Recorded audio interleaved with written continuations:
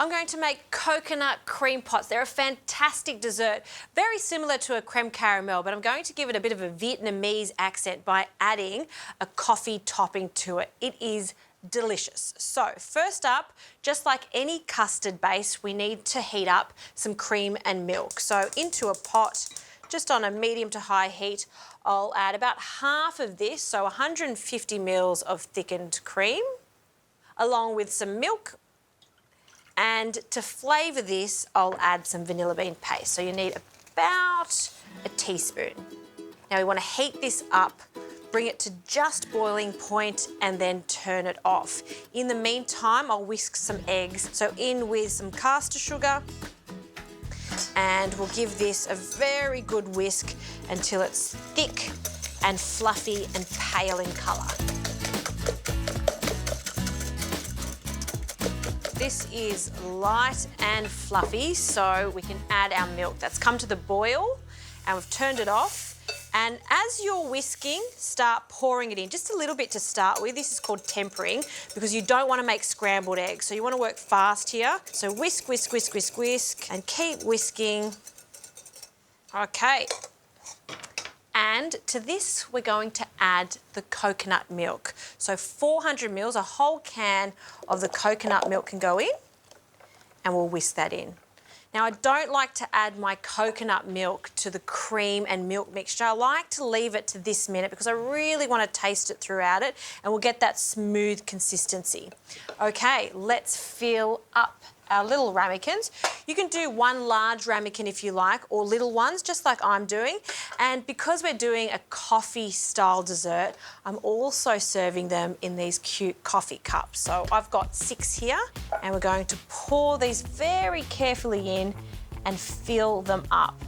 These then get cooked in an oven at a low temperature. The lower the better. So I say 150 degrees, and they'll cook for 35 to 40 minutes.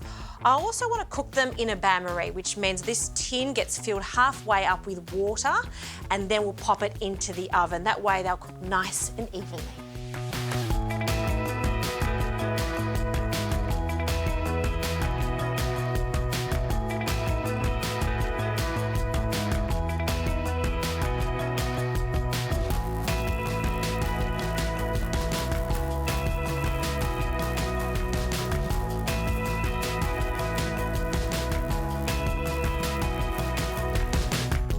Okay, our coconut cream pots are cooling down, so let's make our coffee caramel.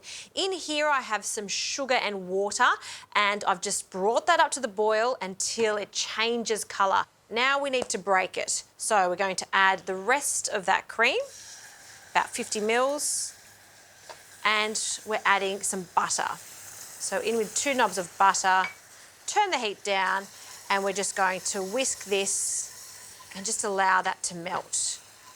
Now, you just be really careful when you're working with caramel because that sugar is piping hot.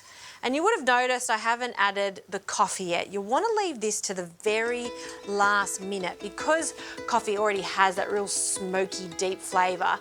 If I add that to the really, really hot sugar, it'll get even more bitter. So we just want that beautiful aroma of the coffee. So I'll wait until we've got this gorgeous mixture. I'll add a good pinch of salt because caramel loves salt. And now it's time to add 1 shot of espresso. We'll give that a whisk until it thickens slightly and it doesn't take too long. And then the heat can go off. We want to cool this completely before we assemble our cream pots. These coconut pots have cooled down completely and our caramel is thick and glossy, and it's also cooled down. So to plate this up, I've just got a little saucer here. We'll place our coconut pots there, very cute, and then we just want to drench it with this gorgeous coffee caramel. And there you have it. It's kind of one of those beautiful desserts where it's a bit of a surprise, especially if you don't tell anyone what it is. So you've got this gorgeous caramel on the top, and then you dig into it, and underneath is this beautiful surprise. Silky, glossy, coconut, perfectly set cream. The flavours of that coconut and the coffee just work so well together. It's rich, but I guarantee you, I am going to get through this whole one myself.